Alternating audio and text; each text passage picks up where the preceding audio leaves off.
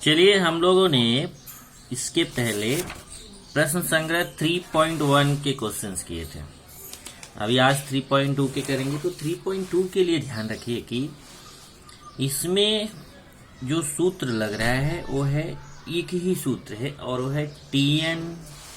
ये देखिए, याद कर लीजिए, Tn बराबर a plus n minus 1d। ये सूत्र आपको Tn बराबर a plus n minus 1d कब यूज करना है, ध्यान रखिए।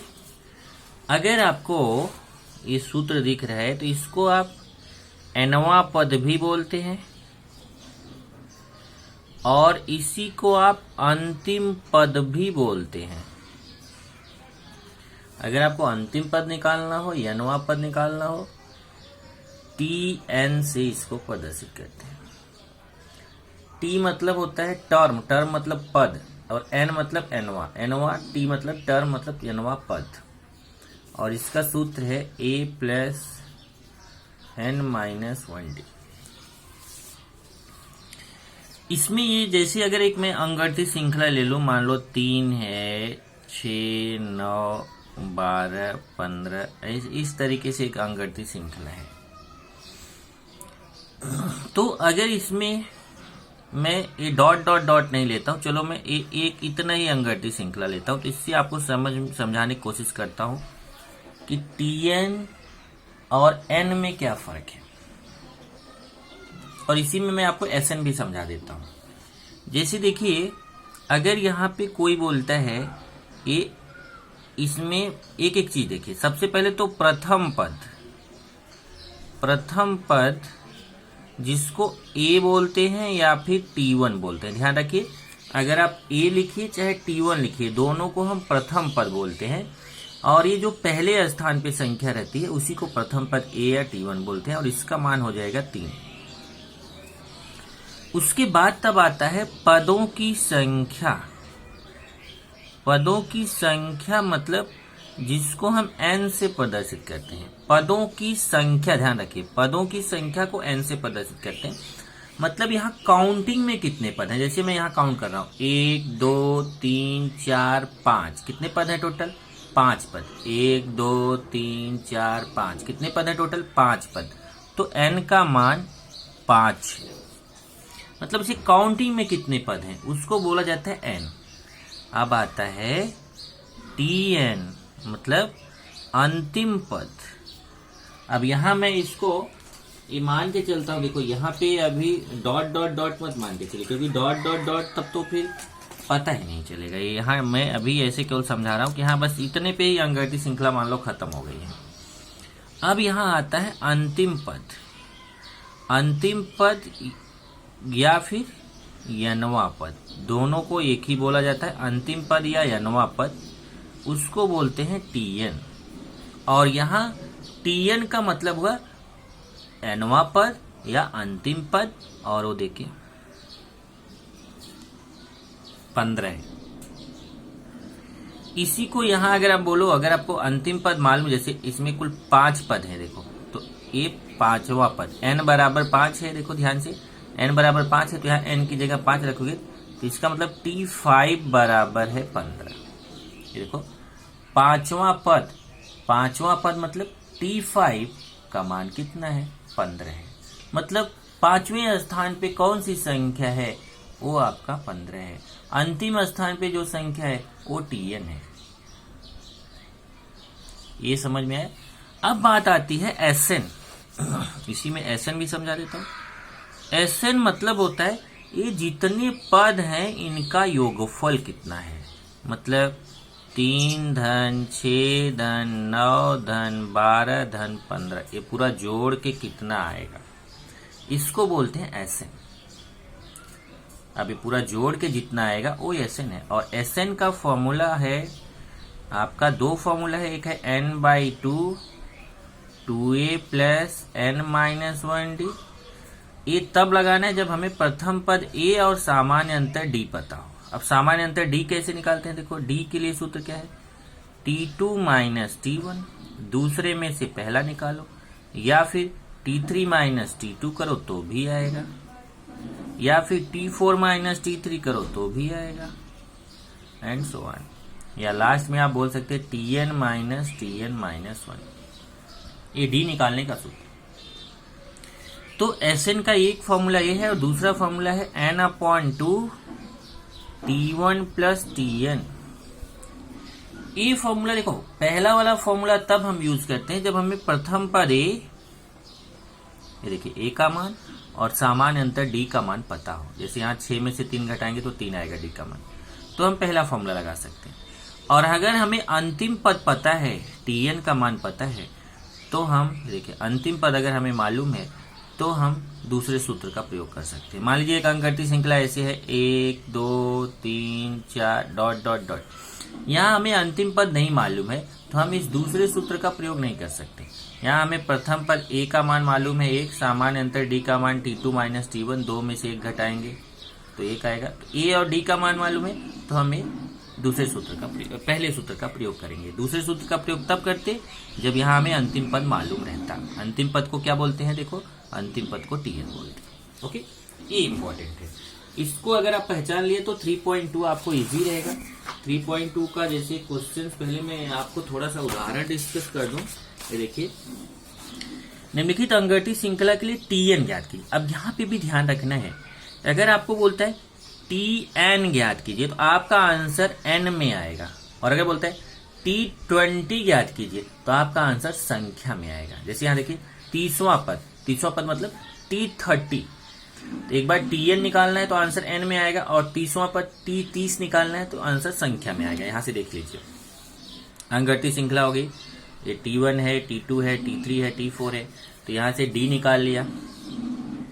प्रथम पद a कितना है? पहला पद a का मान 3 है, और d का मान क्या हो जाएगा? T2 माइनस T1, 8 में से 3 घटा दिया, 5 आ गया।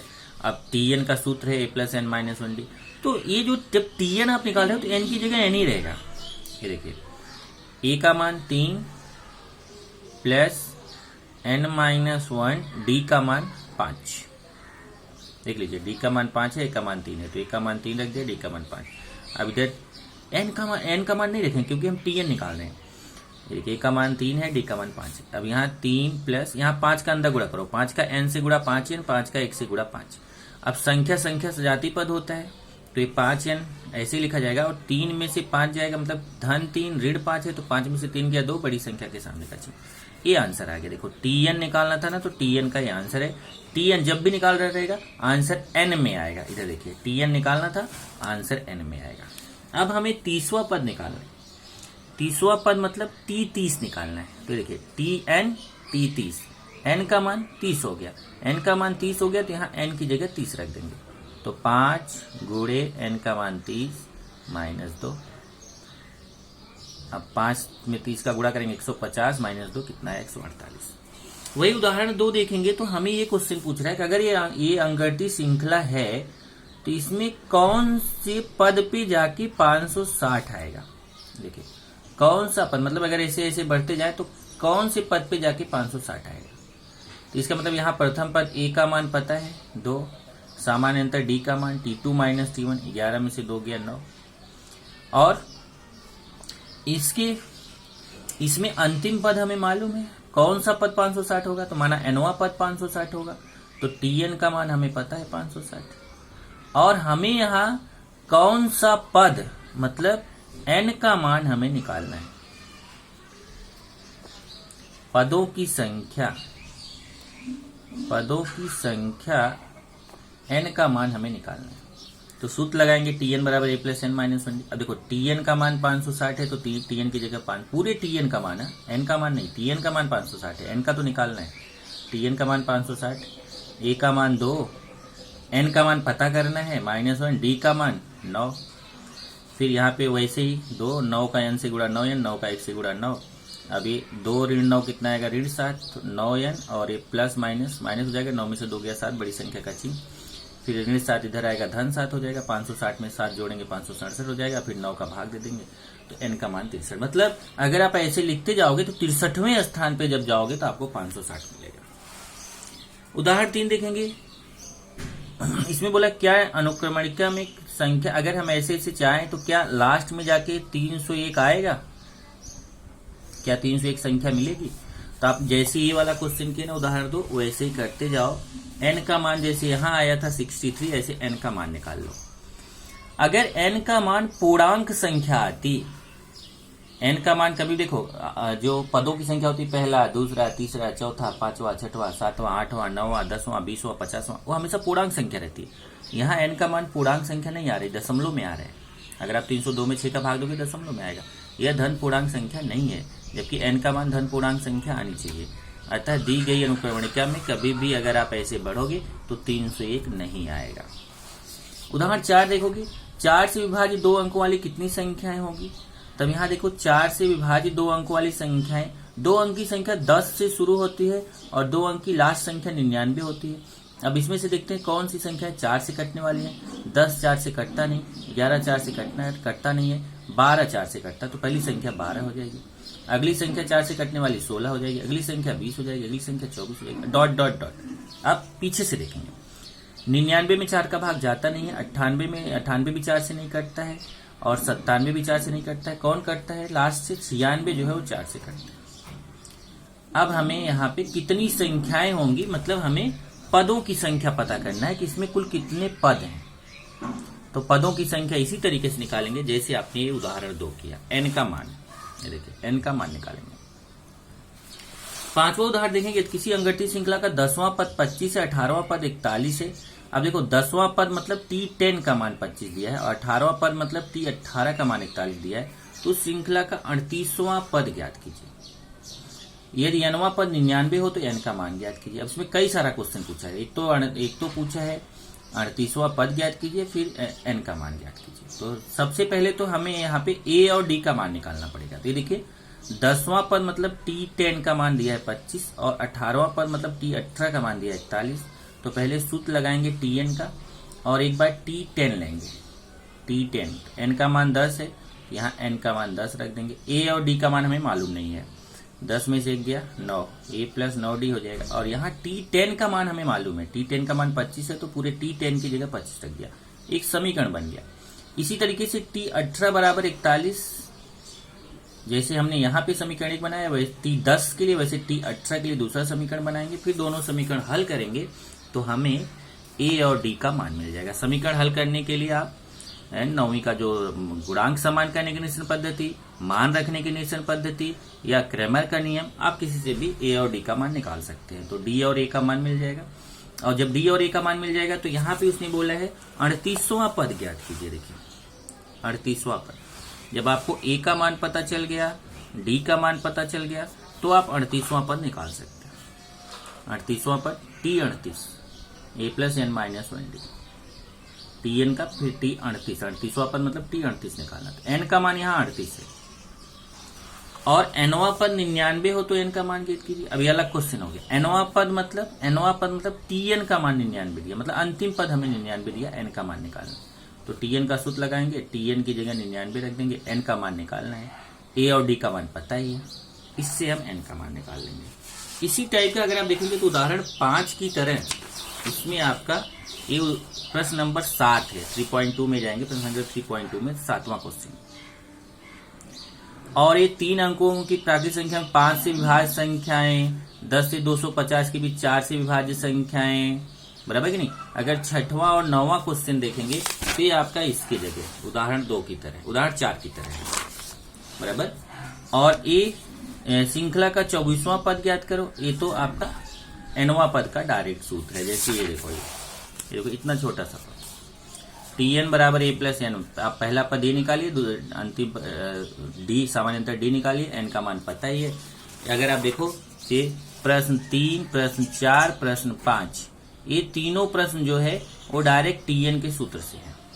और दूसरे में भी वही करना है, लेकिन पहले आपको ये पता करना है कि अंगठित श्रृंखला में है कि नहीं। तो इसके लिए आपको अंगठित श्रृंखला में है कि नहीं ये पता करने के लिए आपको 3.1 का जो पहला क्वेश्चन देखिए, अंगठित श्रृंखला है कि नहीं, पहले क्वेश्चन की तरह पता कर लेंगे अंगठित श्रृंखला है कि नहीं। उसके बाद तब हम यहाँ पे 20वां पद निकालेंगे। और एक आपका लास्ट बचता है यहाँ पे, ये देखिए 8वां क्वेश्चन देखेंगे, कौन सी संख्या 151 क्रमांक का पद, इस क्या संख्या 151 क्रमांक के पद पे होगी। तो ये आपका ये ऐसा क्वेश्चन हो गया उदाहरण 3 की तरह। 5वां क्वेश्चन, ये जो 8वां क्वेश्चन है उदाहरण 3 की तरह हो गया। एक 10वां क्वेश्चन बचता है। 10वां क्वेश्चन अगर आप देखोगे, किसी अंकगणितीय श्रृंखला का 17वां पद उसके 10वें पद से 7 अधिक है तो सामान्य अंतर ज्ञात कीजिए। अब यहाँ देखिए Tn का फॉर्मूला लगा के पहले T17 निकालेंगे, T17 आया a+6d, और T10 निकालेंगे 10वां पद मतलब T10 a+9d। अब प्रश्न में क्या बोला है कि 17वां पद जो है वो 10वें पद से 7 अधिक है, 17वां पद 10वें पद से 7 अधिक। अब T17 का मान रख दिया, T10 का मान रख दिया यहाँ से, और इससे A और D का मान निकाल लिया। यहाँ केवल D का मान निकालना है, सामान्य अंतर, यहाँ से D का मान निकाल लिया। यहाँ से आपका प्रश्न संख्या 3.2 खत्म हो गया।